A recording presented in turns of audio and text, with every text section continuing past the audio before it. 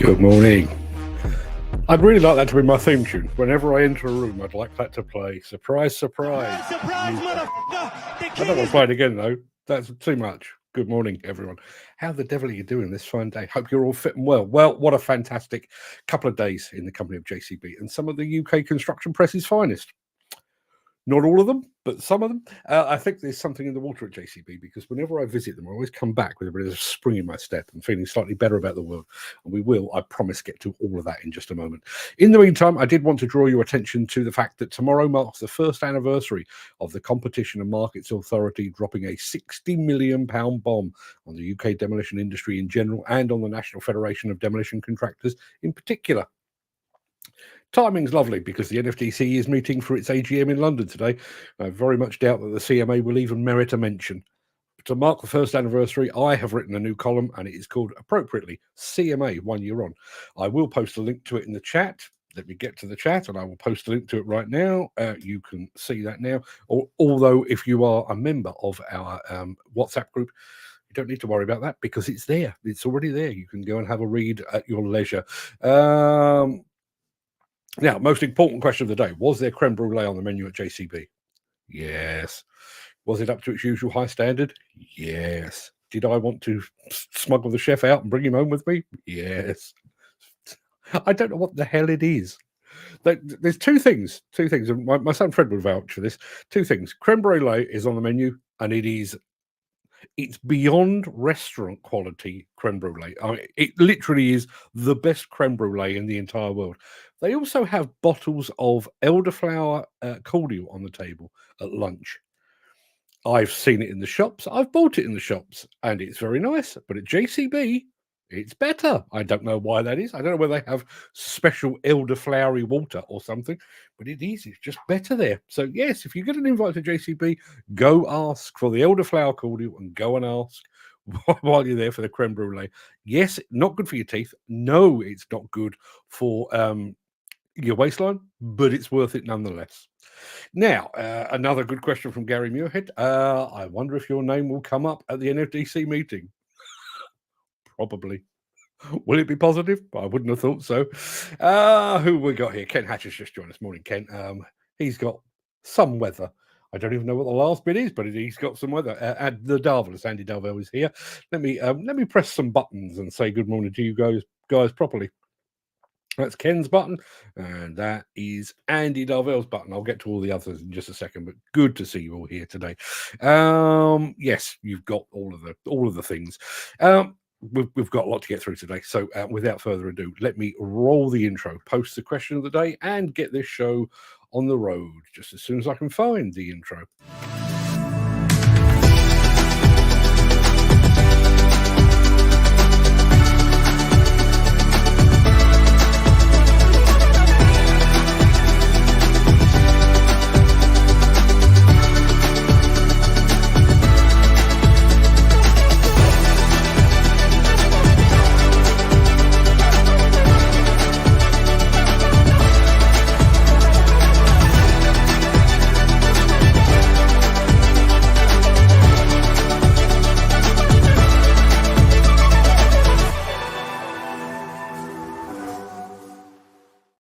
It is a Friday. Thank God for that. Friday, the 22nd of March. Welcome to the Breakfast Show.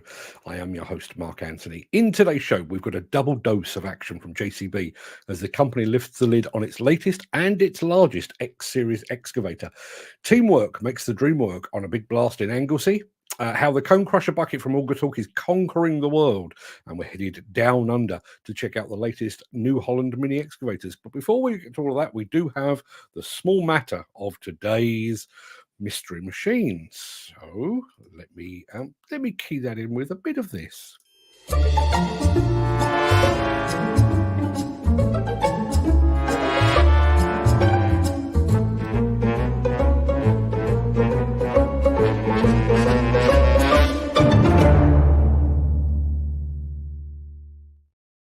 Just going to say a quick good morning to Enviro Aggregates, who have just joined us over on Instagram. Now, mystery machines.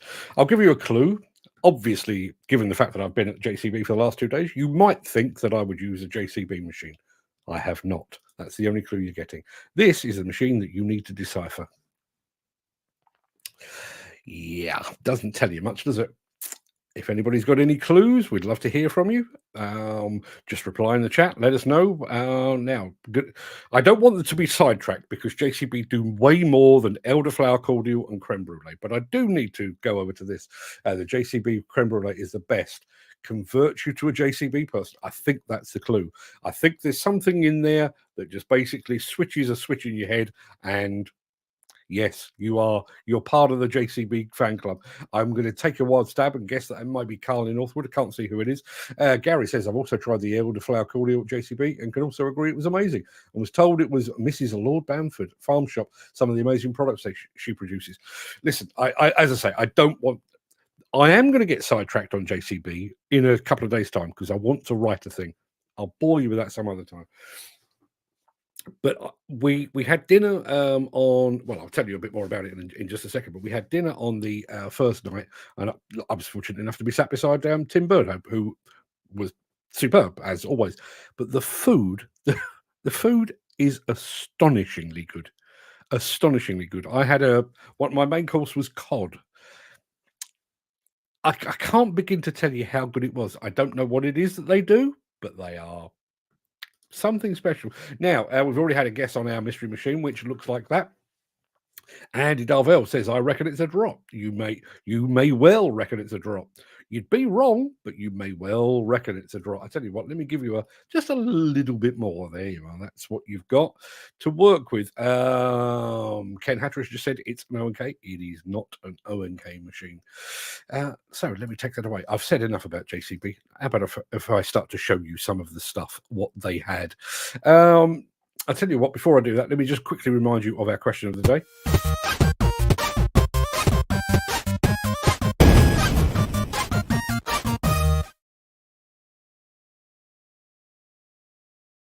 Yeah, it's already over in the chat. So that's your question of the day. What is your favorite color? Personally, I am with Prince all day long. Purple all the way. When I started my own PR company, my business cards were purple. I own a ridiculous number of purple ties. I've even got some purple shoes somewhere, although I haven't seen them in quite some time. But what about you? Do you have a favorite color? I'm going to take a wild stab and guess that Gary Muirhead's favorite color is probably steel wrist green. Hey, I'm just throwing that out there.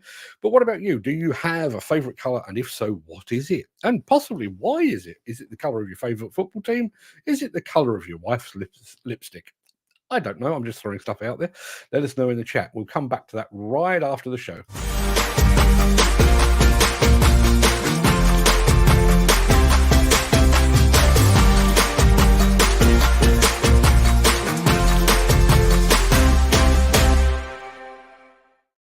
Just quickly bringing you up to date on the mystery machine. We've got, it's not a drop. It's not an O&K. It is a loading shovel. I will give you that. Andy, clutching at straws. It's a drop with wheels. It is not. And Gary Muirhead going with a Hydromech HMK 102B. It is none of those things. Well, I say it's none of those things. It most definitely is one of those things, but it's none of the makes that you've mentioned. Keep the guesses coming in. So today we're going to do things a little bit differently. As you know, I've been up at JCB World Headquarters for the past 2 days. So the temptation obviously was to hit you with a deluge of JCB content, but we're not going to do that. Instead, we're going to give you just a soupçon now, and then we'll go back to JCB for a bit more depth later in the show. So as you almost certainly know by now, the reason I was at JCB was to see the new 370X excavator, the latest and largest addition to the company's X series of excavators. So here, very, very quickly, is how we all got to see it first. This was the big reveal.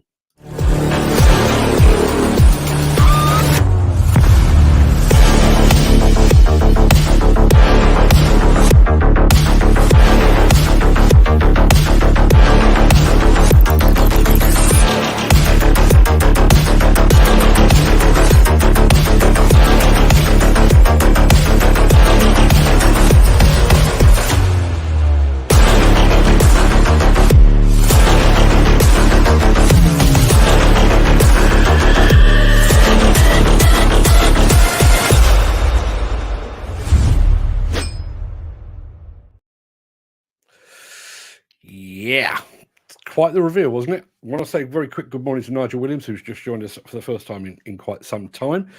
We will be showing you more about the 370X and the other bits and pieces a bit later in the show. I do want to address this, though. Graham, Footy Williams, so how did you get on with JCB talking about you know what, and we know what about me? Yes. Well, he clarifies, but we already know what he's talking about dyslexics. So, couple of things. How do I start this? Okay, so JCB have got a new operating system within, it's in 370X, being rolled out across the excavator range as far as I can remember. Haven't got the notes in front of me, but it's called JCB UX, and it is the in-cab operating system. It's very, very, very graphic, which is a good thing. There is text, which for those that are dyslexic or for those that are illiterate or semi-literate, that's going to be a problem. The one thing that I think where JCB have taken a big step forward, and listen, I'm not on the JCB payroll, I'm just speaking as I find. One of the things that the UX system can do is got a huge amount of how-to videos embedded within it. So if you do find yourself looking at a screen that you can't understand, press a button, and somebody will tell you what you're looking at, how to use it, how to operate it, how to set it. They've made a big leap forward, in my opinion. Now, at the same time that I was doing that, obviously, we'll come to it a bit later on, but JCB have also announced that they've done basically a deal with Leica Geosystems. So the Leica system, 2D and 3D, will be a factory fit option going forward on certain JCB machines, which is a fantastic step forward for JCB, fantastic for Leica, fantastic for customers as well. However, at the same time I was speaking to JCB, Mick Norton has been speaking to Leica about the fact that their systems are complex and text heavy. They are going to take that back to the R&D department and say, hey, should we look at this? One of the things that I am trying to find out, and I'm desperately, I couldn't do it while I was away because I had very poor internet connection, but one of the things that I do want to get a handle on is just how big an issue literacy is within the UK construction industry, particularly among plant operators. As far as it stands at the moment, I've not actually found any firm figures, although I have reached out to the CITB in the hope that they may have done something on that. So Footy, please watch this space. As I say, JCB have taken a big step forward. I reckon you could jump on a 370X tomorrow, fire up the JCB UX, and you'd be dandy. I really do believe that.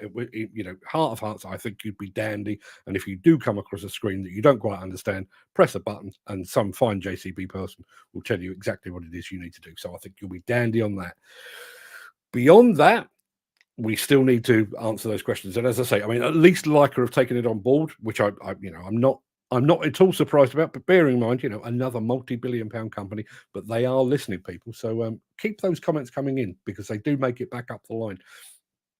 And I have, just to let you know, Footy, I have made a note in my diary. When I'm at Intermat, I will be asking all of the major manufacturers precisely the same question. And when I was at dinner, getting drawn away from the main point here, but when I was at dinner with JCB, sat next to Tim Burnhope, I raised it with him, and he said that is a very interesting point. He said I will take that back to my team as well. So the ball is rolling. I wouldn't say the ball has gone particularly far, but the ball is rolling. So Footy, we're on it. We are most definitely on it. Now, before I press on, because I do need to, I am going to say good morning to Jim Turner. Let me press Jim's button at the same time that I'm doing this. Morning, Jim. And we need an update on the mystery machine. Gary Muirhead is going with a Devellon DL200-7. Tis not. It is not. Let me give you a little bit more to work with. Does that help in any way, shape, or form? My guess is it probably doesn't, which was kind of the purpose. And Chris Ford, morning, halfway through the yellow injection, nobody does a machine launched like JCB. Chris Ford is basically not really. I mean, he deserves to be there more than I do, but he is following my footsteps. Chris is actually with JCB as we speak, so he is going through exact. I hope I didn't spoil things for you with our earlier review. Yes, he's there now. So I was going to say, Chris, have a good day. You're gonna. you're definitely going to have a good day because they will take enormously good care of you. Ken Hatter is going with Hitachi loader for our mystery machine. It is not. I can see why you're saying that. That color is distinctive, but it is not. It is not one of those. So we have got more JCB coming up, but we've got something even more exciting. Well, equally exciting, should I say, in just a moment. So let's do this. If you are enjoying this episode, please consider supporting the show. You can leave us a tip at buymeacoffee.com/demolition news. Yeah, we will be showing you a bit more of the 370X in just a moment. But first of all, as we speak, some of the UK's finest exponents of the demolition art are gathering in an eye-wateringly expensive hotel in London for the National Federation of Demolition Contractors AGM and Awards. My guess is that both Total Reclaims and C&D Consultancy will be in attendance. It's also my guess that both companies will arrive with a certain swagger, having just executed this precision blast at a former aluminium plant in Anglesey. This is poetry in motion. 10, 9, 8, 7, 6, 5. Try now, try now.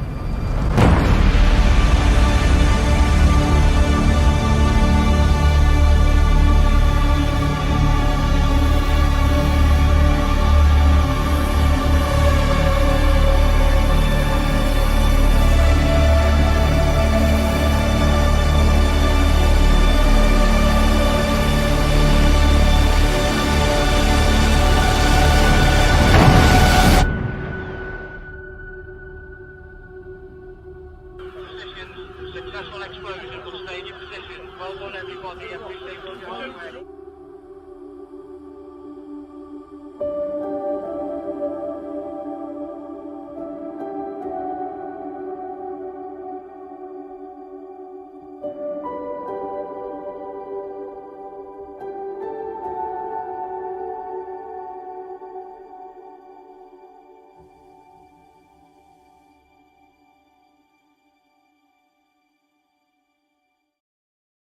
Now, as you saw from that film, it took about 8 seconds for that stack to actually fall. And if you were listening really carefully, you may have heard a distinctive Scouse accent saying, "Well done" to everybody. That 8 seconds rather, was the culmination of months and months of work in planning and preparation. And in a few weeks' time, we're going to host an evening show with that Scouse accent, my mate Mike Keogh, who's going to take us behind the scenes of that blast and walk us through the huge amount of preparation involved in that 8 seconds of action. It's going to be an evening show in a couple of weeks' time with Mike Keogh, and we're literally going to go back to the very inception, from the very beginning. How was it selected that would come down using explosives, and all the planning that went into it. And let me tell you, in addition to informing local people and the Civil Aviation Authority, because of the location of that plant, they also had to liaise with the Royal Air Force. It's going to be an absolutely fascinating show, so please join us if you possibly can. I'm going to go over to Gary Muirhead, who rightly says, "I'm sitting here in my cab looking at warning signs and stickers on the window. How is someone who struggles with reading supposed to understand them?" Yeah, and as I say, we don't currently know what the literacy level is, but bearing in mind a lot of the industry's training has been geared to allow for a lack of literacy, be it through semi-literacy, illiteracy, dyslexia, other issues, all of those things. We've geared the training regime to that. So there must be a fair few people out there that struggle with the reading and the writing. If that's the case, why are we text-based stickers and text-based displays and that kind of thing? I think this is going to be one of those that runs and runs. So keep watching. Dan Cullen says, "Morning, all bit late. Sol's busy today." Not a problem at all. Wow, where was this? It was up in Anglesey. Yes. Certain person had a very long journey to get there and be told that they couldn't go on site. Apparently, that's a whole other story. Footy says Fred Dibner would like to see that. Yeah, I told that's the case. Told Melvin it was the best blow job I've seen for a while. You need to get out more, Chris. That's all I'm going to say.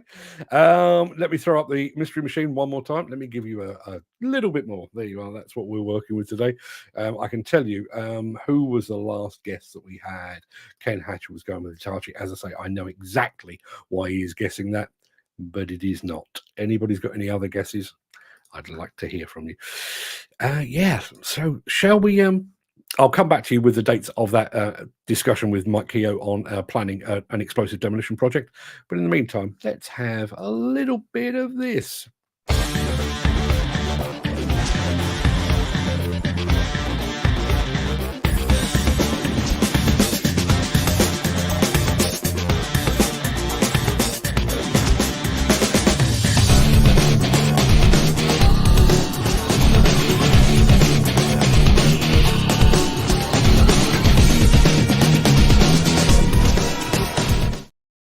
So here is how the JCB 370X launch worked. On the first day, we got to see the new machine in the JCB Innovation Centre. So indoors, in a theatre, dimly lit, not particularly good for photographs, which I fully understand.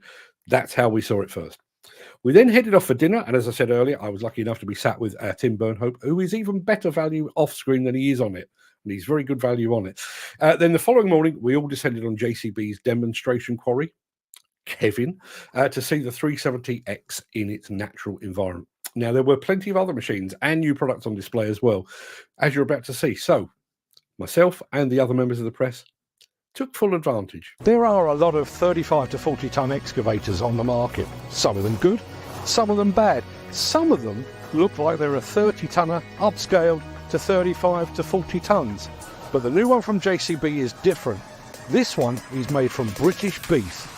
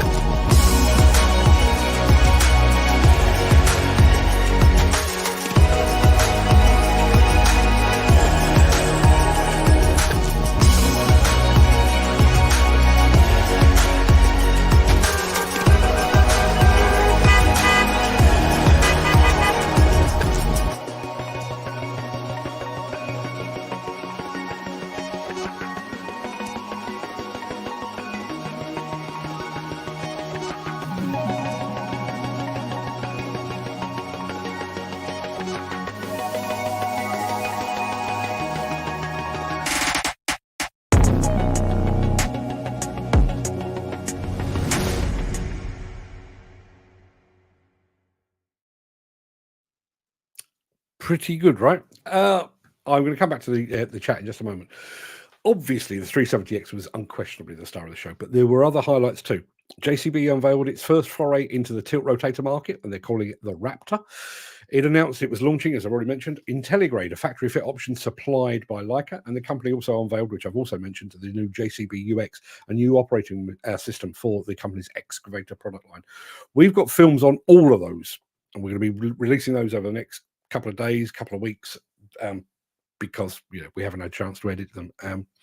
One more thing, and I'm planning to do something a bit more with this. I want to say thank you to JCB for the warm welcome, for the access. Blah de blah. We always do this. JCB, thank you for the access. Thank you for the hospitality. It was fantastic, all as usual. But credit where credit's due. Several of the product specialists that took us around the machines, in like the 370X, the Raptor tilt rotator, were all in their early 20s. They've all come up through the JCB Academy, and at least one of them looked as though he should still be at high school. But the knowledge and expertise that these guys possess is phenomenal. I commented on this a couple of weeks ago when we were dealing with Georgina, formerly the JCB Digger Girl, now the Happy Digger, over on Instagram. She has product knowledge coming out of her pores. I met another couple of guys this time, male this time, exactly the same. The knowledge that they have got is It's phenomenal, honestly. They've each seen products like the 370X and the Raptor come to fruition. They've been involved with them from inception. As a result, they now know those products inside out and upside down. And based on what I saw yesterday and the day before, those individuals have really got some great careers ahead of them. Good luck to them, and hats off to JCB for fostering talent in the way that they have. Honestly, I was blown away with the 370X because it is a fantastic machine. Probably more blown away by the people they. One guy, and we will be featuring him next week. This guy called Ollie Sands. He took me around the Raptor, the tilt rotator they've got fitted on the Hydra Dig. And I said, I'd like to speak to somebody about the Raptor, and he said, yeah, I'll do that. And one of the senior guys at JCB said, have you done anything on camera before? And he went, no. You okay with it? Yeah. Asked him half a dozen questions. Didn't bat an eyelid. Knew everything. Everything. He knew that product inside out. So Ollie and your colleagues, superb. Well done. Fantastic job. Gary Muirhead, can you now mention the demo company that's purchased 2 new 370Xs? Not here. Gary, I'll send you a message. The problem I've got, there are some snaky buggers in this business, as you probably gathered. If I publish the name of that, or if I broadcast the name of that company, I'll guarantee that somebody in the press, on the periphery of the press, will jump in their car and go and get there before me. They can't at the moment because the machines haven't even been delivered, but I'll tell you privately, Gary, not a problem at all. Tristan Mays over on Instagram. Morning, Mark. Hope you're all well. All fit and well here, my friend. Gary Muirhead says JCB certainly put on a good show. Yeah, bearing in mind, unless you've been there, you wouldn't know. The Kevin Quarry, fantastic facility, but has its own microclimate. It can be bright sunshine just down the hill at the world headquarters. By the time you've got up to the top at Kevin Quarry, which is up in the peaks there, it could be snowing or foggy or quite possibly both. And yet they made the thing absolutely sing. The machine demonstrations were superb. The presentations, second to none. Honestly, second to none. Ken Hatcher says, not much wrong with the X Series lighter server, better camera screen. As I say, get yourself along. Get yourself along to JCB. Get yourself along to your local dealer. Get yourself along to one of the exhibitions. They are going to be at Hillhead. I would imagine that the entire JCB Hillhead stand will be built around the 370X. Go see one. Go see one. I can tell you what I thought, but I'm not a digger driver. I am just a bloke with a silly hat. Go and see one, because honestly, from everything I saw, I think you're going to be very impressed. David Hearn from LDH Attachments. Good morning. Purveyors of fine attachments to the gentry.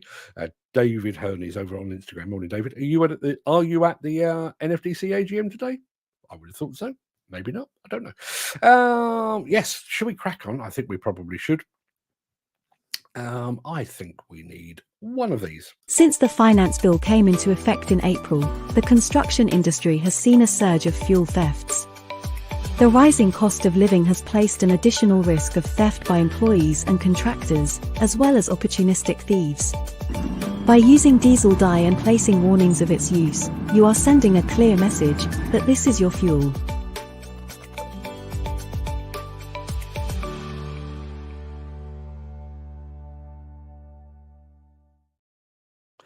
I'm just going to read you this because I'm very conscious of the fact, I've been wined and dined, well, not wined, but I've been dined by JCB for the last couple of days. So I kind of would sound like I was enthusiastic, but Nigel Williams over on LinkedIn has just said this. This is not me. This is Nigel, who wasn't there. He says, quite simply, JCB is top quality. The product specialists literally live and breathe JCB products. It was so clear. So clear. They all do presentations before you actually go and see the machines. They all do their presentations, and you can see they're ticking boxes. We must mention this, and we must mention that. We must mention the amount of testing we did on the 370X. We must mention the UX system. But then you point a camera at them and ask them specific questions. Bearing in mind that we did an interview at Plantworks last year. We arrived to do a focus on a particular machine, and the guy that they put in front of us had only worked for the company for a week and had never actually seen the machine in the flesh. That wasn't JCB. That was another company. With this, as I say, we've done, I think, 4 or 5 different interviews, all young people, all product specialists, and all knew everything. There was no consulting of spec sheets. There was no checking with their boss. There was no, I'll get back to you. It was exactly as it should be. Top notch, top notch. Now, this show was never intended to be the best of British, but that's kind of how this episode has panned out. We saw Total Reclaims and C&D pull off a superb chimney blast right here in the UK at the beginning of the show. We've also seen the latest excavator from JCB, also produced right here in the UK from, as I said, prime British beef. And now we're going over to Auger Torque. You might recall that they launched a new cone crusher bucket attachment at the last plant works. Mentioning plant once again. If memory serves me correctly, they actually won an innovation award for it. Well, that was when it was first unveiled in the UK, but it's gone from strength to strength. It's gone from strength to strength since then to enjoy global success. And while you're watching this, I'm going to put my teeth in.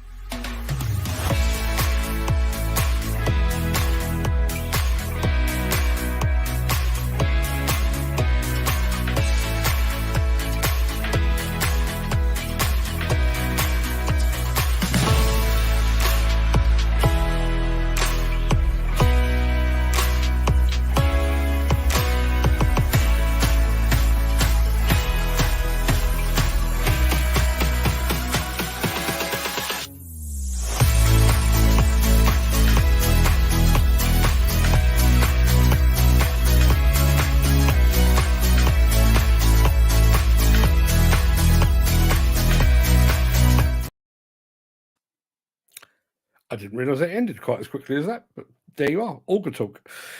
Great to see the product succeeding around the world. We're going to go back to Chris Ford, who's got a live update from Kevin Quarry. Mainly sunny today, and it's not raining for a change. We had great fortune yesterday. All the time we were filming, there was a little bit of drizzle. There was a couple of puddles around the place because obviously we've had a lot of rain, and you'd get the occasional spot or two in, and had to wipe the lens a few times, but just a few spots. We finished filming the 370X, walked all the way back to the new glass-fronted grandstand pavilion that they've got at Kevin Quarry, and we walked in there, and the heavens opened. Absolutely chucked it down. We were dandy, absolutely fine. So yeah, really got off a light there. Now, Ken Hatcher has said JCB still can't match Japanese for reliability, unfortunately. Probably made in China components, he says.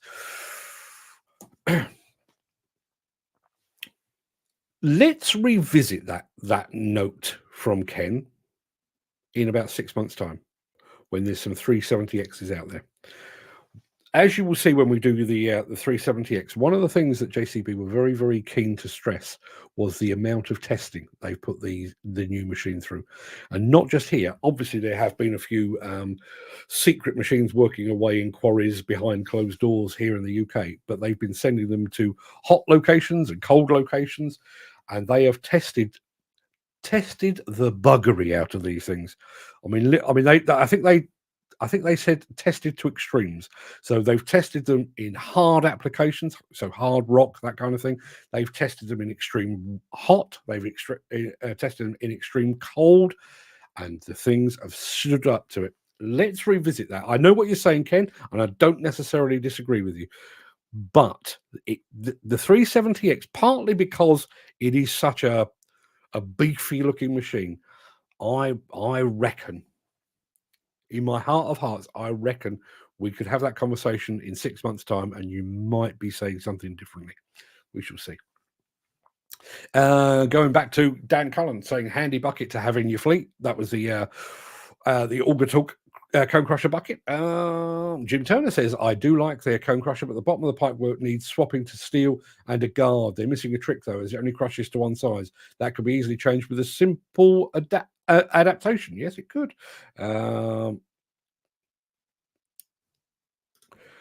I'd love to test it. JCB, I'm here. There you are. Mick says, out of interest, what's the largest lump that bucket would take? I know that I'm old-fashioned, but I've got the feeling the breaker would be doing overtime, breaking the lumps up. Yeah, you've got to get it down. I mean, I think the top of that cone crusher is about yay big, and you don't really want to be putting something that big in there. So, it's got to be reasonable, but same as any other crusher bucket, I would guess. Did I not get any JCB stuff? I did. Slightly different this time. I've got a bag and I've got a very nice Apple AirTag, which is now on my keys, so that I don't lose my keys. Nothing really much I could give away, to be honest. No is the answer to that. I'm afraid. Graham says, yeah, JCB X Series would like to test the system. Good one to be tested on, given that he's dyslexic. Yeah, absolutely. Now, we're going to throw back to our mystery machine, because Gary Muirhead is going with a Kubota RO90. It is not. It is not. I think we can show you a couple more slides. Does that help in any way, shape, or form? Probably not. Probably not. Now, I do feel like I missed a comment. Nope, can't see it. That's what you've got to work with. If anybody's got any clues on what that mystery machine is, we're running out of time. I think we've got one more film after this. So if you don't know now, I might just have a win to end the week with. So keep those guesses coming in. I'm not going to give you a clue on the machine, but I will say this. Dan Cullen, you should know. Just saying. Let's have this.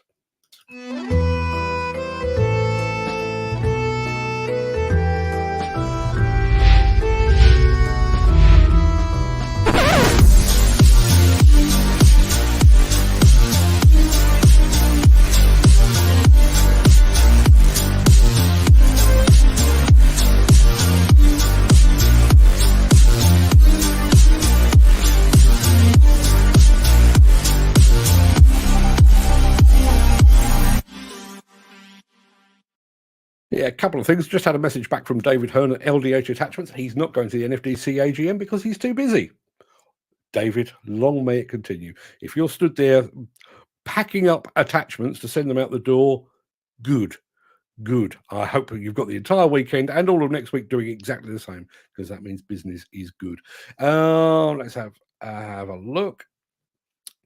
It is not the Devellon. We'll go back to our mystery machine, but Dan Cullen knew exactly where I was coming from. He's said Atlas, question mark. Kind of.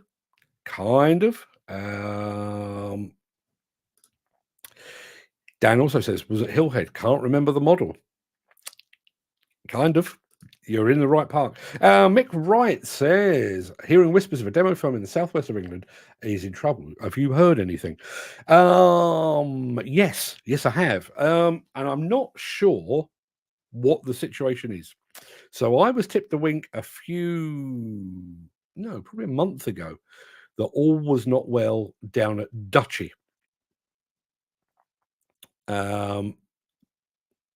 Yes, it was Dutchy Demolition. Dutchy Plant has apparently called in the administrators, but as it stands at the moment, I think, as far as I know, Dutchy Demolition carry on.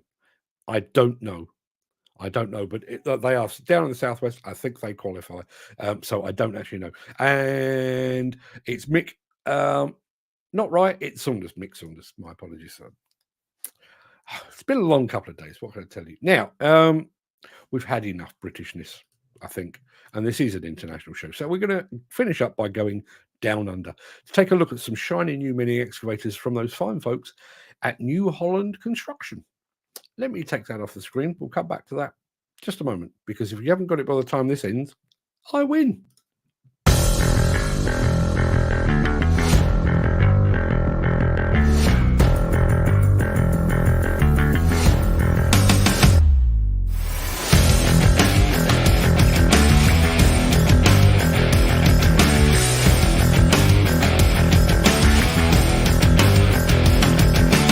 G'day, I'm James for New Holland Construction. Here we have the brand new E19D, our first digger out of our European plant, and it really packs a punch. These new D range of mini excavators are small in size, big on performance, and huge in versatility. There's an amazing list of options, a long arm, and a big counterweight. So let's get a closer look. This additional counterweight is 130 kilos. It's low, it's heavy, it's well positioned to give you great stability and balance, especially when you're at full extension.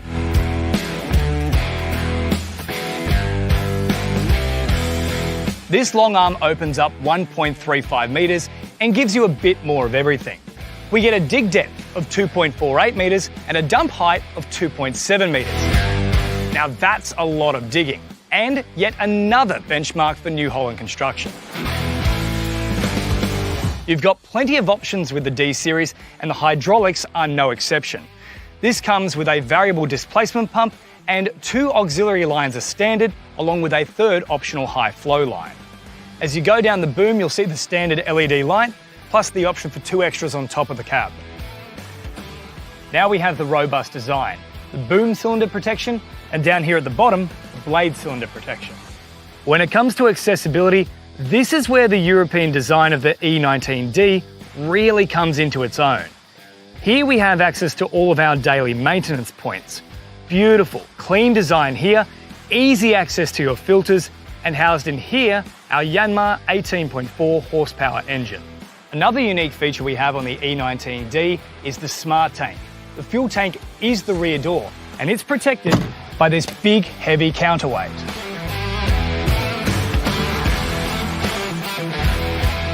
You've also got to keep on top of your hydraulics with any digger. And fortunately, we have a visible sight gauge on the outside of the cabin here. As we open it up, we've got our hydraulic fill, our radiator fill, and sound suppression. On the other side of the cabin, we've got our battery, our pump, and more sound suppression. One person can easily service the E19D. Take out the rubber mats, remove these 2 bolts with the isolating rubber, and then very easily tilt the cab.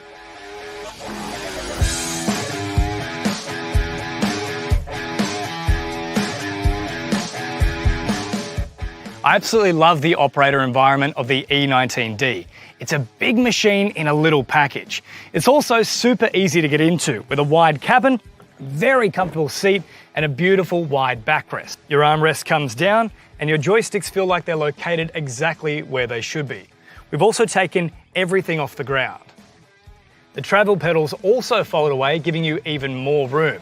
There's a phone holder right here, a drink holder just below it, everything you need to get you through a big day of work. Once the day is done, it's as easy as a light touch, and you're out of it. At 1300 millimeters wide, the E19D is really big for a 2-ton machine, which is great for stability when we're digging. But sometimes we need to get into those more confined spaces. That's easily achieved by pulling out this pin and then simply folding away the dozer blade. And up in the cabin, we can simply click one button and the track width also reduces.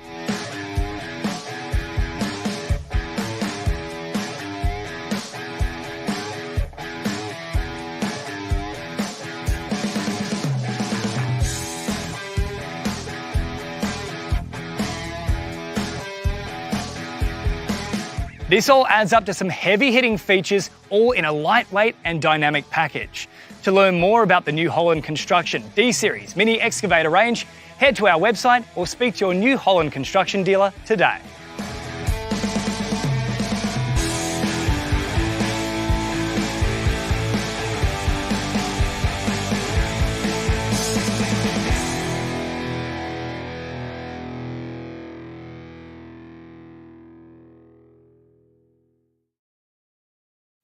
Very smart, I think. Our friend Mick has just said, for a little machine, even I like it. Yeah, I think it looks very, very smart indeed. Now, going back to our mystery machine, which it looks like I've won, basically. We've got Dan Cunt saying Greco or something. Who took over Atlas? My memory is gone. Close-ish. Gary Muirhead is closer still. He is saying the Wacor 5 series. You're in the right park. You've got the right name. But I can tell you, it is. That is the Wacor M580. That's what it is. So I win. I end the week with a win. Now, I'm going to come back to this in a moment because I while I was reading this, I've managed to find something else. I'm going to come back to this in, as I say, after the end of the show. But Andy Dovell has just said, I love JCB being a British company, but they do have.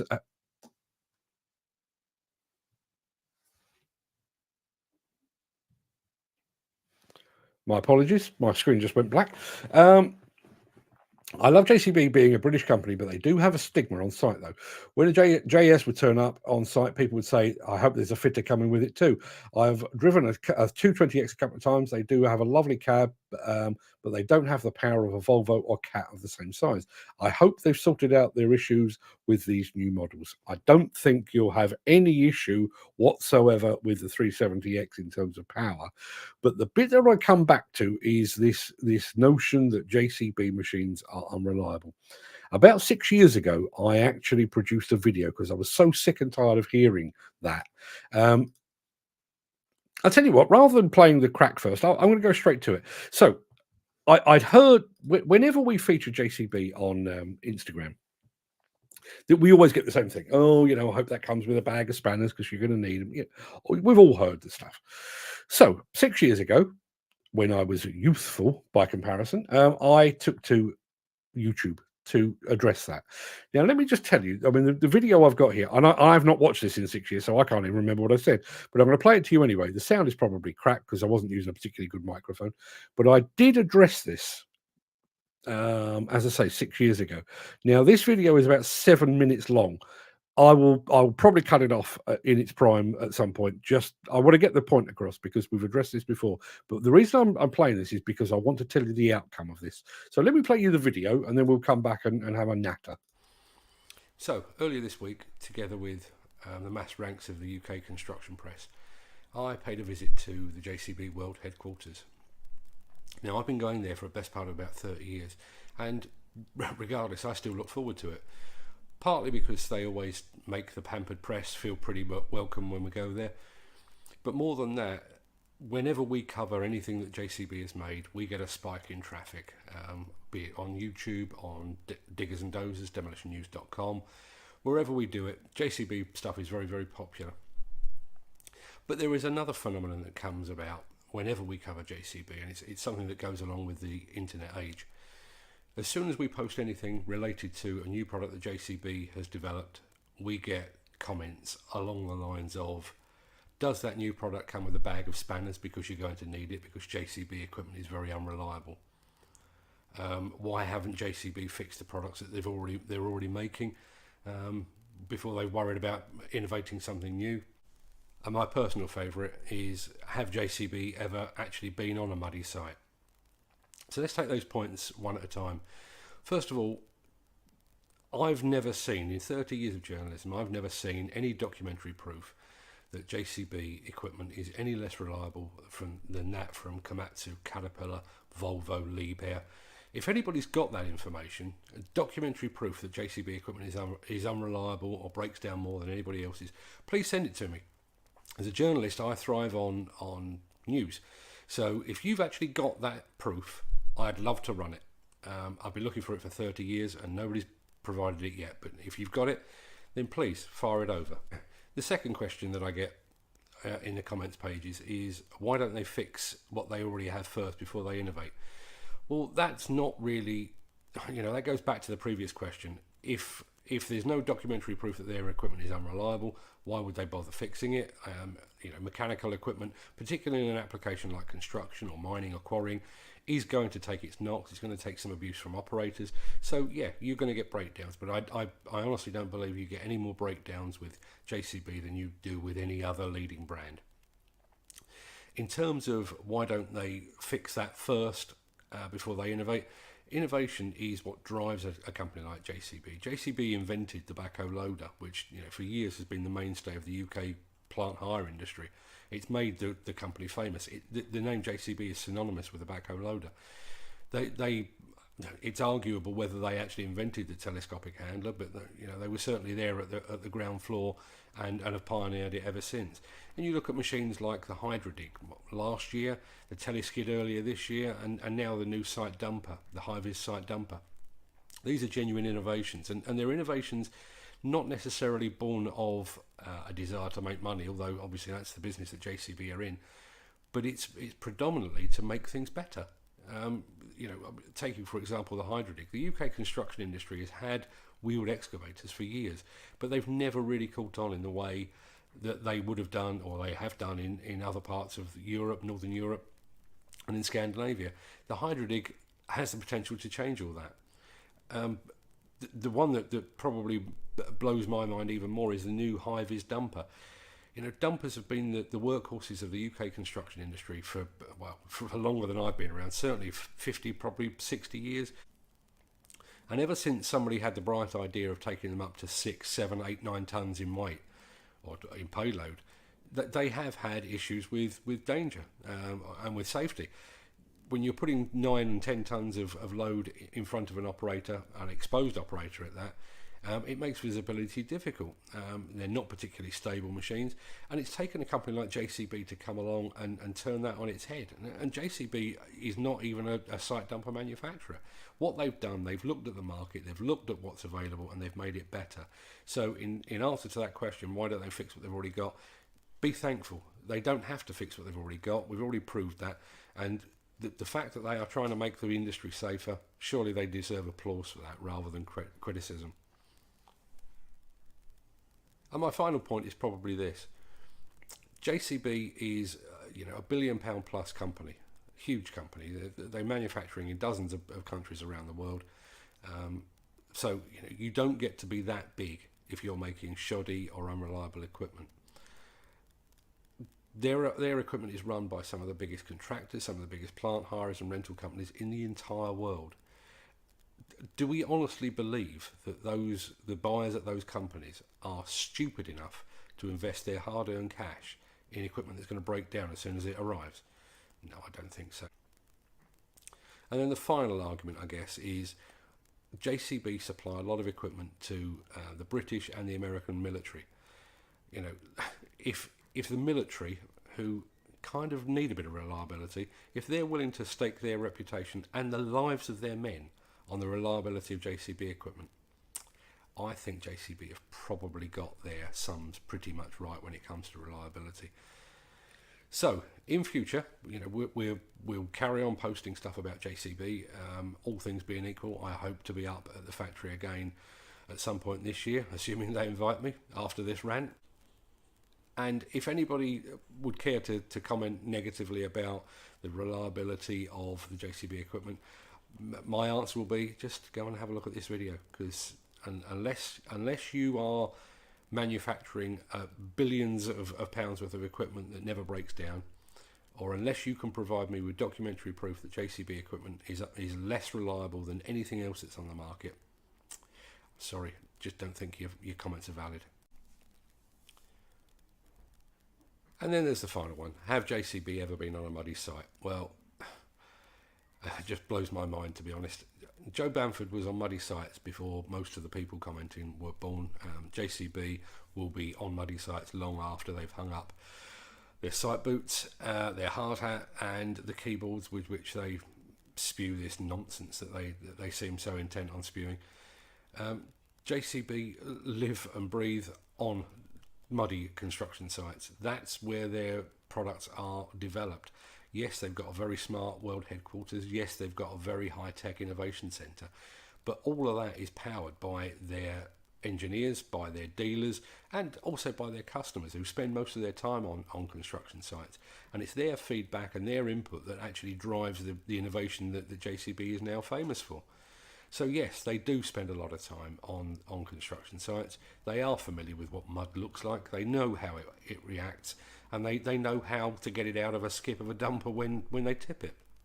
So again, another spurious argument. I just don't understand where people are coming from on it.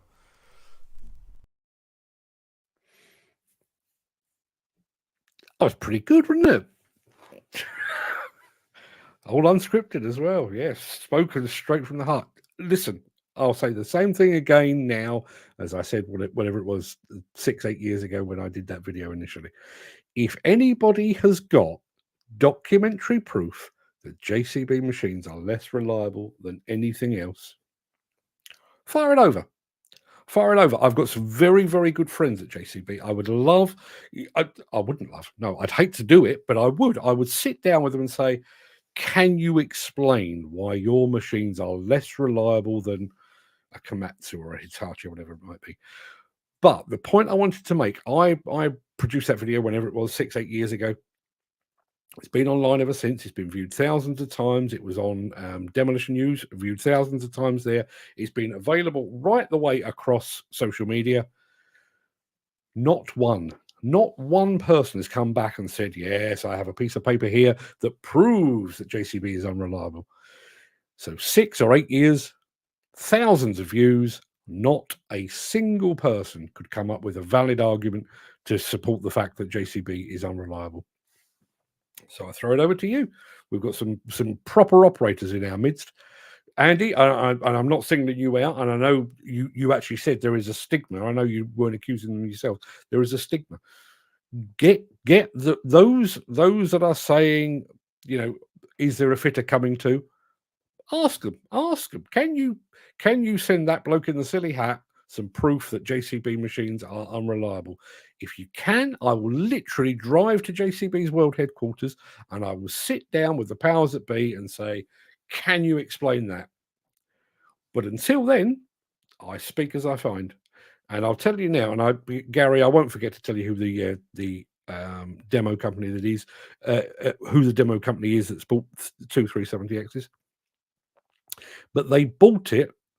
This is not their first JCB machines. They've had lots, and they bought them on. They're a demolition company, so they bought them on reliability and on the support provided by their local dealer. And I know if you're getting support from your local dealer, there is a temptation to say, "Oh, so they do break down." Would you? I can honestly say, hand on heart. The demolition company that I'm talking about, and Gary, I will tell you who it is in just a moment, are among the most astute in the UK demolition business. Really, really, really smart. Really smart. And they've gone back, well, they've basically put their faith in 2 new 370Xs. Do you think that somebody that astute, somebody operating a multi-million pound demolition company is going to take a punt, or is going to look back at their history with JCB and think, well, every machine we've ever had has let us down, but maybe this will be different? That's not how business operates. So Andy, thank you for raising it. And I, as I say, I was going to cut that video off, but I was quite enjoying the fact that I used to have some dark bits in my beard. And the fact that those glasses were purely ornamental. They didn't actually serve any purpose at all. These do. The last couple of years haven't been kind. Jim Turner says, I like JCB, but the new stuff does seem to have a lot of troubles. And they have a lot of tech in the new machines too. I'm not sure I'd like to buy one to keep long term. The information is based on what I've witnessed firsthand. As I say, what I would love and hate at the same time, if somebody has said, we've got a 20-ton Komatsu excavator in the fleet and we've got a 20-ton JCB. The Komatsu model, we've never seen a fitter because we've never needed one. And the JCB, the fitter is here so often that he comes to our Christmas party. If somebody can show me that, please do. Please do. And I will take it back and I will show it to JCB and I will get an answer for you. My guess is I'm not going to see that. Joe Brown Construction has just joined us, and Bridget Leary has joined us as well. Morning, Bridget. Good to see you here. So that was supposed to come after the show, but there's more to do after the show. So I tell you what, let me wrap this thing up with yes. What is it? What is it I say around about this time? I know what it is. That's just about it for the main part of today's show. It's also it for the week because there's not a Saturday social show because it is not the second Saturday. So I'm going to roll the outro in just a second before leaping gazelle-like over into the chat to see what you're all saying today. And a lot of it seems to be JCB related. If you can't stick around, then please do stay safe. Look after yourself, your family, friends, and your colleagues. And I will see you again next week, all things being equal. But if you have the time and the inclination, I'll be back with the Craic immediately after this.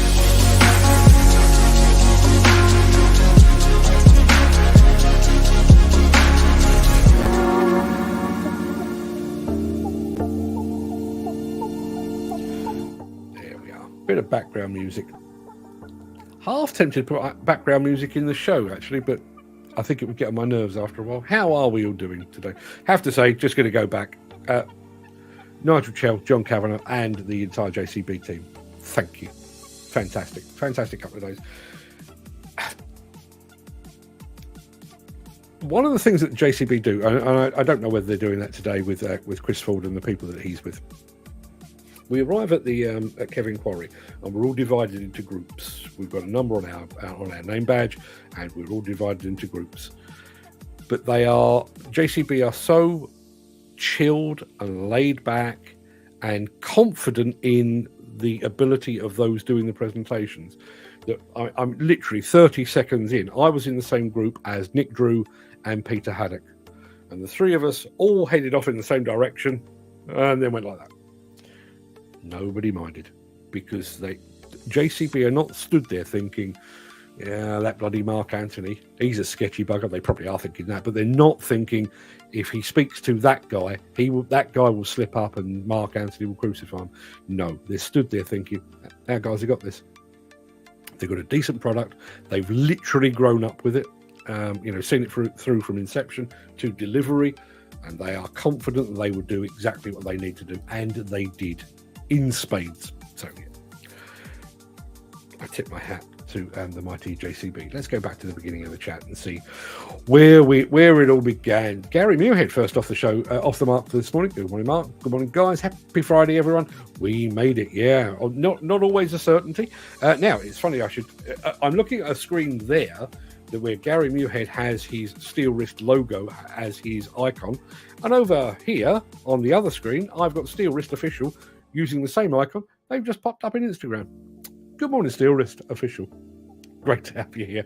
More Steel Wrist stuff coming for you next week, actually. Because of the JCB thing, we didn't have a chance to get all of the video that we did in Germany done, so that'll be coming next week, so stick around for that. But good to see Steel Wrist Official joining us here. Morning, Mark. And also, says Mike Whiting. Good morning to you as well, Mark. Thank you very much indeed for joining us. Good to see you as always. Gary Muirhead continuing his quiet relationship with my wife. Good morning, Mrs. Anthony.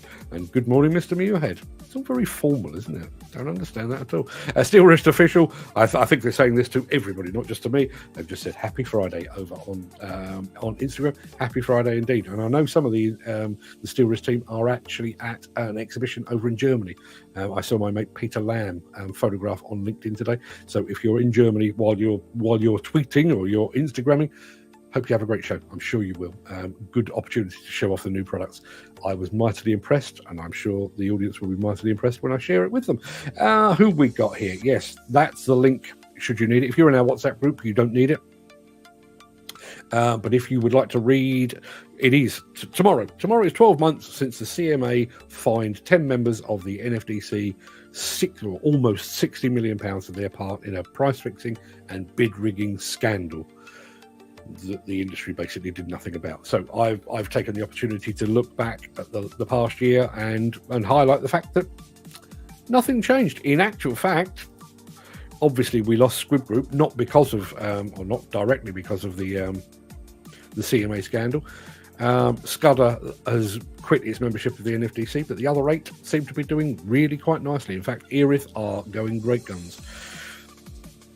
So apart from netting 60 million quid and recouping some of the monies lost by that bid rigging and price fixing scandal, did the CMA investigation achieve anything? Leave you to decide. I'm thinking not, but yeah, Ken Hatcher is here as well. Good morning, Ken. Is that beer? Is that beer? It's beer and pizza. Beer and pizza. It is Friday, obviously, so obviously it's beer and pizza. I might just do the pizza bit, but beer and pizza. Good luck to you. Andy Dovell, the marvelous Andy Dovell, is here as well. Happy Friday, all you lovely people. I think he means you lot. I wonder if your name will come up at the NFDC meeting. And listen, all joking aside, yes, it probably will. It almost certainly won't be in a positive light. But here's the thing. It doesn't matter. The NFDC has had a new president for a year. They've got had a new chief executive for 9 months or something like that. And I'm still waiting for some news to report. As far as I can tell, nothing is happening. And I've said it before, I'll continue to say it, the demolition industry does deserve a trade association. It doesn't deserve the run it's got at the moment. And I want to honestly say, I'm bearing in mind that their membership is dwindling anyway. They no longer produce a magazine. They no longer produce their yearbook. They are producing virtually nothing in terms of news and information. They are irrelevant. The AGM today, I didn't get an invite. No great surprise. If I had, I would have turned it down. So, you know, nothing ventured, nothing gained. And I wouldn't have gone, not because, you know, I've got a lot of friends there. I've got a lot of friends within the NFDC, which probably upsets the upper echelons enormously. But I wouldn't go because it doesn't matter. It doesn't matter. They are going to give out, I think it's a total of 5 awards today. So they got Site Manager of the Year and Apprentice of the Year and all that kind of thing. And listen, I would love to think that the 5 winners are very, very good. I'm sure they are. I'm sure they represent their individual companies extremely well. But their awards are irrelevant. I put a thing on LinkedIn this morning. You know, in baseball, American baseball, they have the World Series. They call it the World Series, but it is 29 American companies, teams rather, 29 American teams and 1 Canadian team. So it is clearly, demonstrably not a World Series. There are, you know, there's a big following for baseball in places like Japan, in Cuba, Puerto Rico, and various other places, Mexico as well. I'm sure they would give the Americans and the Canadians a real run for their money, but they don't get an invite.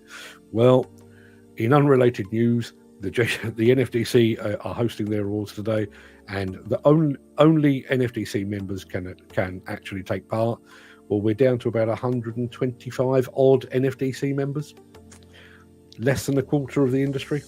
So if you are told that you are the best site manager, you're the best site manager among 128 or so companies. You're not the best in the country. You might well be. Don't get me wrong. You might well be, but it's like, was it the 1980 Olympics where the Americans stayed away? Are you really the best in the world, or are you just the best of those that turned up? So, Gary, thank you for the question. The answer is, don't know, probably, and honestly don't care. Not even remotely. Yes. I don't know quite how we ended up with this, but yeah, the JCB creme brulee is the best. That converts you to a JCB person. I promise JCB are not paying me for this. I absolutely promise. So, because we wanted to really fill our video boots with the 370X, just to let you know, the event that we were attending yesterday wasn't just the UK press. There was a lot of internationals as well. They all had to get back for planes and everything else. So we finished doing the main part of the event, and then people were being loaded on coaches. But JCB basically said, if you want to hang around down at the Kevin Quarry and get some more footage, take the machines for a spin, all that kind of thing, feel free. Not a problem. So we did. So by the time myself and Fred got back to the grandstand, place was empty. There was a few operators around, but the place was empty. So we walked back out the quarry. My car was parked at the bottom, and I drove back to the world headquarters, basically to stick my head around the door and say, "Thanks, guys. That was fantastic. I'll see you all again at some point in the future." So I arrived, and some of the internationals still sat there having lunch. But we were an hour and a half late. Walked through the door. "Would you like some lunch?" And I said, "Well, don't be daft. We're an hour and a half late. Don't expect. Sit down. We'll sort it." Fantastic lunch, including the creme brulee. And then I thought we were late. Then Nick, Drew, and Peter Haddock arrived probably 20 minutes after us. They got fed as well, because JCB just do it right. It would have been very, very easy for them to say, "Yeah, there you go, Mark. There you go, Fred. There's your goodie bags. Bugger off. See you again in 6 months." No, stop everything. Get these boys some lunch, and superb. And that really is just indicative of the way that we were looked after the entire time. Just brilliant. So JCB, if you're still watching, an hour and 11 minutes in, thank you again. Not sure who our LinkedIn user is. I'm guessing it might well be Carly Northwood, but the link between LinkedIn and here is not working. I know Nigel Williams is watching over there, and his comments aren't coming through either. Elderflower cordial, yes. Yeah, they made a big deal. Actually, we had 2 of the dishes that we had. We had one in the evening, or the starter in the evening was a lamb dish, and the main course in the JCB headquarters yesterday lunchtime was also lamb, all from the JCB farm. Not the biggest lamb fan, I have to admit, but as lamb goes, pretty damn good, I have to say. Lots of guesses on our machine. Now, favourite colour. I don't think we had too many answers on this. I said I was a purple man because I am. Black purple with heavy flake in it. That sounds to me like that could be the colour of a motorcycle. Am I right, Footy? Black purple with heavy flake in it. Not ice cream with a flake in it, but black purple with heavy flake in it. Anybody else got any favourite colours they would like to share? And also why? Again, lots and lots of stuff on the machines there. Yes, we did discuss this. Yes, this dyslexic thing is going to be a bit of a, I wouldn't say it's going to be a campaign as such, but it is very much ingrained in my brain. I spoke to a couple of people about it while I was at JCB, notably Tim Burnhope over dinner, and we will be addressing that as we go along. I think I mentioned one of the things that we've been very, very poor at in the past as a video production outfit is actually thinking ahead. Somebody asked me while I was at JCB, how far ahead do you plan the content? Is it a week? Is it 2 weeks? Is it a month? Usually about 2 hours, actually, is the answer. But one of the things that I do want to do is things like, while we're at Intermat, to address that dyslexia literacy thing with a lot of manufacturers and suppliers of software. I want to address that, but also things like future fuels. Are you leaning electric? Are you leaning hydrogen? Are you going down the middle and have a foot in both camps? All of that kind of thing. So at some point in the future, I can sit down and press a button and say to you, here is the latest word on dyslexia within construction, and you'll have that at your disposal. So keep watching, because we're on the case. There's Chris Ford halfway through getting his yellow injection, and I'm going to try and make this my last proper mention of JCB. I do genuinely come away feeling, I mean, I literally got in the car and I said to Fred, that was a good couple of days, wasn't it? And even Fred, who is curmudgeonly at the best of times, although you may have spotted him in that film, I don't know if you were paying attention, but he was in that film, very rarely in front of the camera, but he was in the film. Yes, even he enjoyed it, which is remarkable.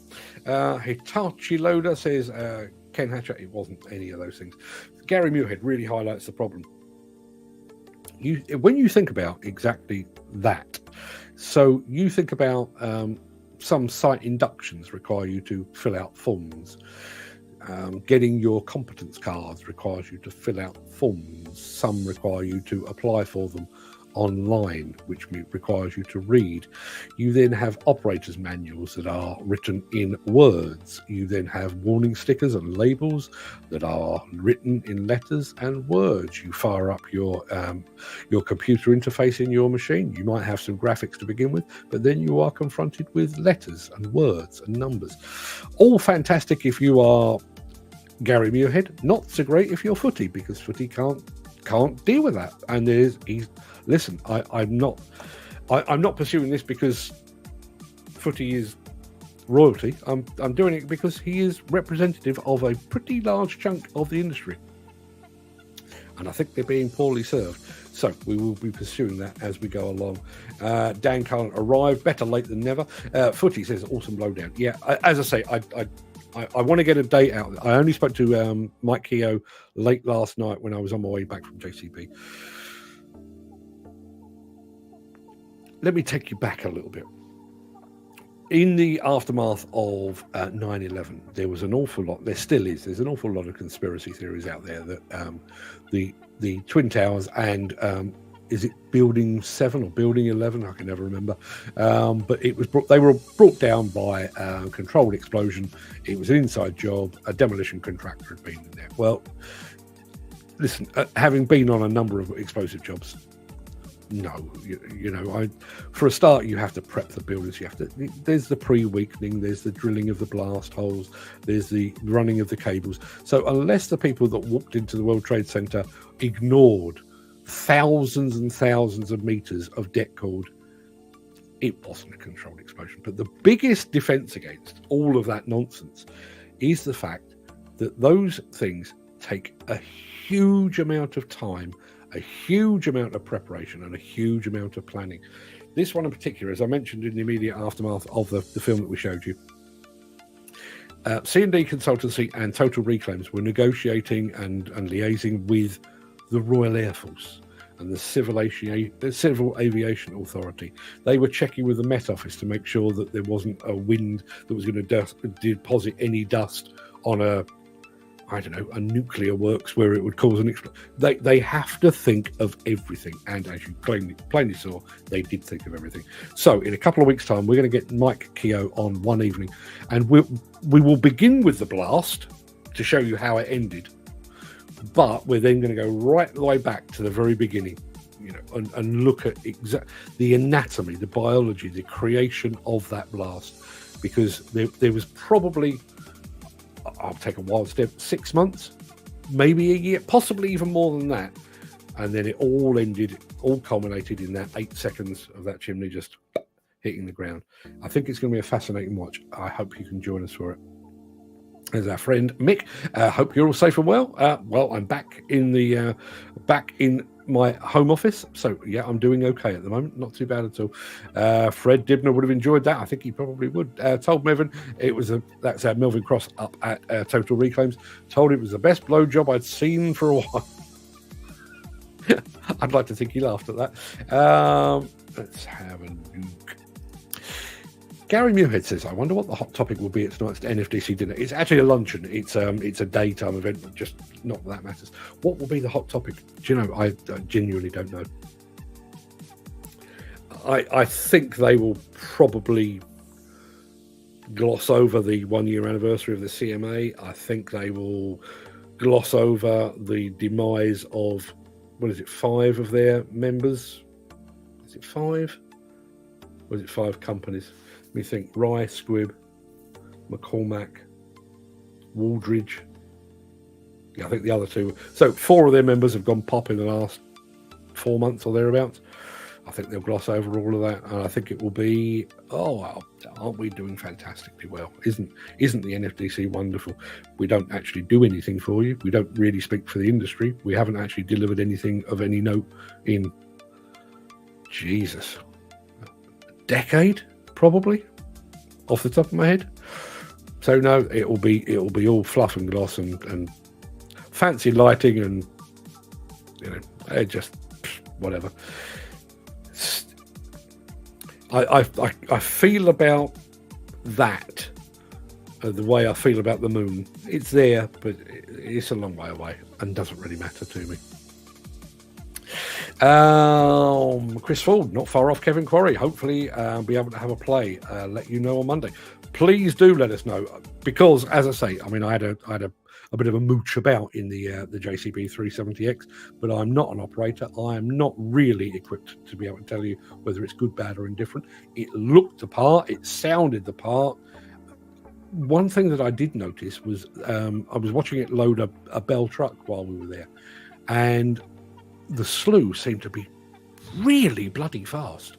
Now, I don't know whether that was just because the operator had the thing cranked up and he was, trying to show off a bit, but it really did look lightning fast. So, Chris, if you do get behind the controls, please have a proper play, report back. I'd love to hear what you think of it. I was impressed, but as I say, I am butter keyboard jockey. I am not an operator. I'd like to get the word from somebody that actually does this for a living. Garvin at Mostly Diggers has just joined us over on Instagram. Morning, Garvin. Hope you're having a good week. Digger Dave. That's David Hearn saying, looking forward to seeing the 370X in the flesh at Green Shield JCB soon. Me too. David, if you get wind of that, let's do it together. Coffee's on me. Haven't seen you in ages. Love to do it. Can you mention the demo company? Gary, watch this space. I'll blast that to you over on WhatsApp. As I say, too many snakes in this business. If genuinely, and I've seen this not happen to me so much, but it certainly happened to others in the industry. You mention the fact that you're going to do a thing, and another journalist will basically arrange to be there the day before so they get it first. Don't want to risk that, partly because, as I say, I want to get it myself, but also because the Demolition Company are a friend. So I'd like to do the job as much for them as anybody else. JCB certainly put on a good show. They most certainly do. Listen, they all do. I heard from Al Grierson. Al Grierson is actually going up to Eskilstuna. I know he's on the show, but he has been invited up to Eskilstuna for, I'm guessing, the 2024 Volvo days, which is fantastic for Al. I did that year before last, I think it was. Was it? Or was it last year? I can't remember. But yeah, the visit to Eskilstuna, he is going to have an absolute blast. Volvo take fantastic care of their people. Liebherr take fantastic care of their people. JCB take fantastic care of their people. So if you get a chance to do any of those, they will really look after you. Put on a fantastic show. They wine you and they dine you. They stop there. But yeah, I think Al is going to have a fantastic time. So very envious, but I'm sure he'll have a superb time. Look, if you're not already following him, Construction Channel Luxembourg over on Instagram. Not on Instagram, although he is on Instagram. Follow him on YouTube. That's the best. I don't know when the Volvo days are. As I say, I am jealous, but I'm not taking it personally. Obviously, there are a lot of journalists, stroke influencers in the world. They have to share these things around. They can't invite the same people, so fully understand that. But Al, I hope you have a fantastic time. If you watch this on Catch Up, I'm sure you will. They will take great care of you. Ken Hatcher, not much wrong with the X-Series lighter servo and better camera screen. Chris Ford says, Kevin Quarry is mainly sunny today, not raining for a change. That does make a nice change. As I say, we got some light drizzle yesterday, followed by a downpour, but by that point I was already tucked up, so not a problem. JCB still can't match Japanese for reliability, unfortunately. I addressed that with the JCB rant. As I say, if you've got documentary proof of JCB being less reliable than anybody else, please fire it over. As I say, I could pick up the phone. Don't think I could pick up the phone and speak to Lord Bamford, and I understand that because he's quite a busy guy. But I could pick up the phone and speak to Tim Burnhope. I could ask the question. So if you can provide that proof, I will more than happy to take it to you. I bet you can't. There's a challenge for you. There's Dan Cullen, handy bucket to have in your fleet. Yeah, that cone crusher from Auger Torque. As I say, I can't remember if it won an award or whether it was a runner-up in the awards, but certainly looks the part and does the job. Good point from Jim Turner. Do like their cone crusher, but the bottom of the pipework needs swapping to steel and a guard. Missing a trick, though, is it only crushes to one size. It could be easily changed with a simple adaptation. But quite possibly. But again, I showed a photograph. I showed a photograph yesterday of the new Raptor tilt rotator from JCB that they featured on a Hydrodig machine yesterday. And here's an interesting fact.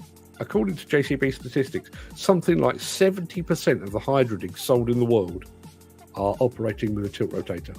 So, no great surprise to see JCB entering the tilt rotator market. As always, you know, there are pros and cons. There are those that are for, those that are against. And there was a bit of a backlash. It's not a steel wrist, or it's not an Encon, it's not a rototilt. No, it's not.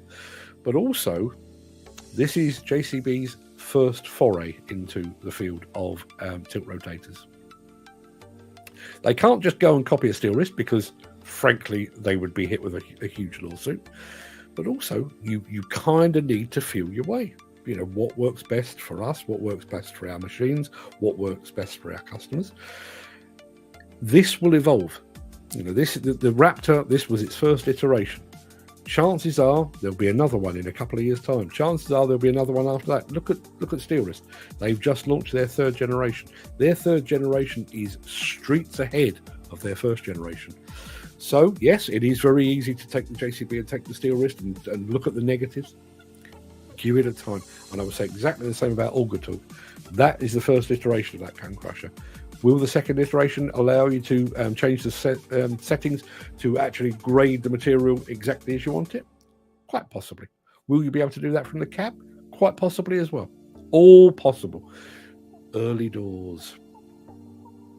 Dan Cullen is saying, I'm here, JCB. I'd love to test it. No, that's a 370X. Funnily enough, I actually mentioned to Tim Burnhope, I said, you know, I've had some pressure from the audience on the Breakfast Show saying we should organise an open day up there.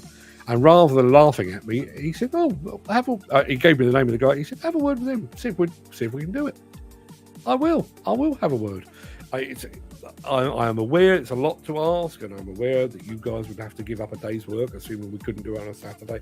I'm aware there's a lot of obstacles to overcome, but rather than being dismissed out of hand, it seems like a perfectly reasonable request. So watch this space. I'm working on it. Don't know the largest lump that cone crusher would take, but I'll check. Let me check. My mate Jo Torrington down at Auger Torque, I'm sure she has that information right at her fingertips. More and more on the... listen, I'll go back on this. The nod that I was given was about Duchy Demolition going down the pan. There was then an announcement that Duchy Plant, they are part of the same group. Duchy Plant has gone, to the best of my understanding. Duchy Demolition, still there. I have calls in. I haven't had calls back, which may or may not be a good thing. But as far as I'm aware, Duchy Plant has gone. Duchy Demolition has not. So if you're hearing the same rumours that I am, chances are we're both wrong. If you see what I mean. More than address that, I think, with my JCB rant video. God, aged a lot in 6-7 years, haven't I? Bloody hell. Yeah. Yes, I did win. I won the mystery machine this week. Well, I won one. We were one each this week. I think I can't remember who won on Monday, and I won today. So yeah, we're one apiece. Playoffs next week. Gary Muirhead says they're using Cummins engine in the new 370X. Should have plenty of power. Plenty of power. They've also got a new Kawasaki pump on there as well. So going back to the suggestion that some of the componentry is Chinese. Not the big bits. Not the big bits. As I say, Cummins engine, not a lot wrong there. Kawasaki pumps, not a lot wrong there either. It's a proper bit of kit. As I say, made from prime British beef. JCB, if you'd like to use that in your advertising, I expect only a small fee, but made from prime British beef. Dan Cullen pointing out that I did have a bit of colour in my beard. Yeah, had a bit more hair then as well. Not a lot, but a bit more. Mick says, well said, Mark. Let's face it, what machine manufacturer has not had problems over the years? But there does seem to be that, as Andy Darvell described it, does seem to be that stigma with JCB. as I say, and I'm sure some of it is purely habit. You know, you put up a JCB machine on Instagram and, exciting new machine, love that, and then it starts. And a lot of it comes from the States because, they're big John Deere and Caterpillar fans. But, hope that comes with a bag of spanners. Prove it. Listen, you know I don't mind upsetting the apple cart. That's half the reason you're here. If you can prove to me that JCB is less reliable than a Komatsu or a Hitachi or a Volvo or a Liebherr or a Caterpillar, fine. I'll publish it. Prove it. Enough said. Dan Cullen says, I love the JS. One I had, 12,000 hours, no problem. Yeah. Oh, bloody hell, here's a blast from the past. Good morning, everyone. It's been too long. Ed Butler is back in the house. Ed, the show has struggled without your presence, I have to admit. Ken Hatter has been doing his level best to maintain the Welsh momentum, but it's not been the same without you. I'm sure you've had a very good reason for not being here, but it's so good to have you back. Good morning. Jim Turner says Hitachi 130 put 5,500 hours on it, no trouble. JCB 255 less than 750 hours. Has to have track motors retightened, screen computer broke. It's a shame, as I fully believe in buying British where possible. It's a good point. Mark, you didn't think for a nanosecond that something would come from the changes at the NFTC. The old boys club is slowly but surely crumbling to its long-awaited demise. Do you know, this is a really weird thing, right? And I reckon you're probably the same, Mick. If I got a phone call Monday afternoon that said the NFTC has packed up, I'd actually be really sad about it. I really would. All of the tradition that's in there, all the heritage, all of the good things that were done over the years, raised a phenomenal amount for charity, raising standards in training, raising standards in their site audits, raising standards in environmental factors and that kind of thing. But when I look at it, all of that seems to have happened largely pre-2010. And I can't really remember. And again, I'll say the same about this as I said about the JCB. If there's somebody watching from the NFTC who can say, actually, in 2022 we did this thing, please let me know. Correct me. I'll gladly stand corrected. But I genuinely don't think they've contributed anything to the demolition industry in 15 years, possibly more than that. Which that saddens me even more than the fact that that we could get a phone call one day to say that's it, it's shut up shop. I don't think it will ever shut up shop. I think with the NDTG there's too big a cash cow there. I think there are too many jobs riding on it. I think they will just keep flogging the horse long after everybody's lost interest in it. But it would be sad, really would. Jim Turner says it's called the World Series because of the newspaper that first sponsors the competition, or something along those lines. Is that right? That could well be right. That sounds very, very American.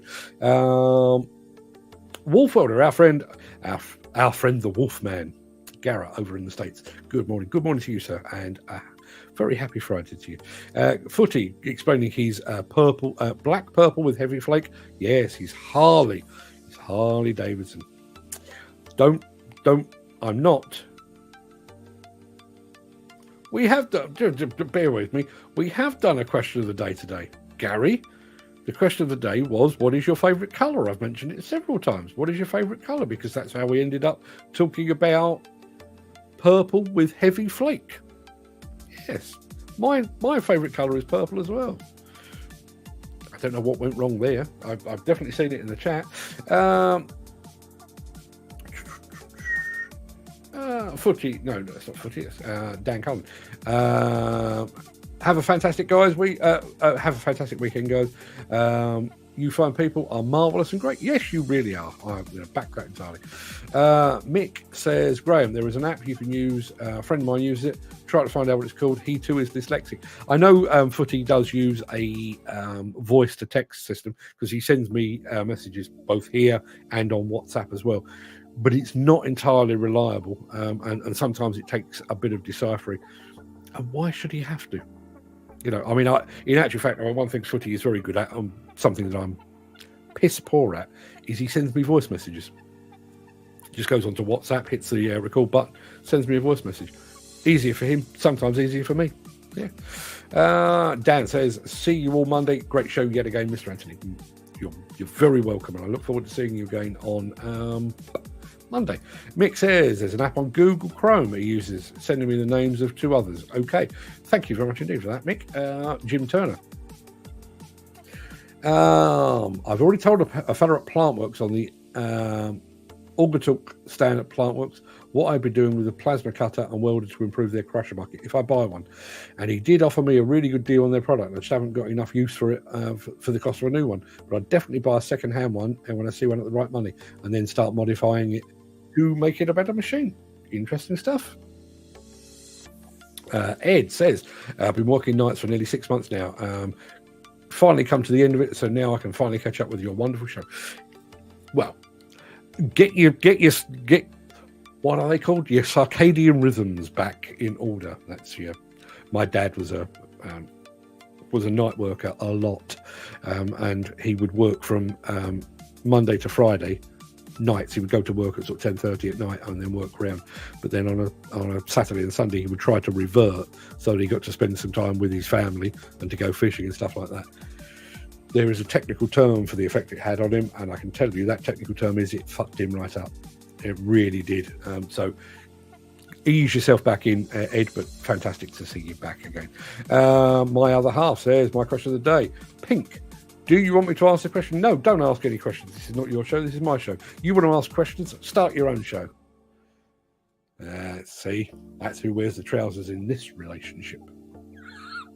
She's going to hit me so hard when I leave this office. It's unbelievable. Mick says, Mark, I agree with you, but for the past 20 years, nothing's changed. All promises and couldn't see beyond the pound note sign. The final nail was the CMA. It showed what we all knew. Too many bloody thieves in the pot. I'd love to argue that point with you, but I do find it quite difficult.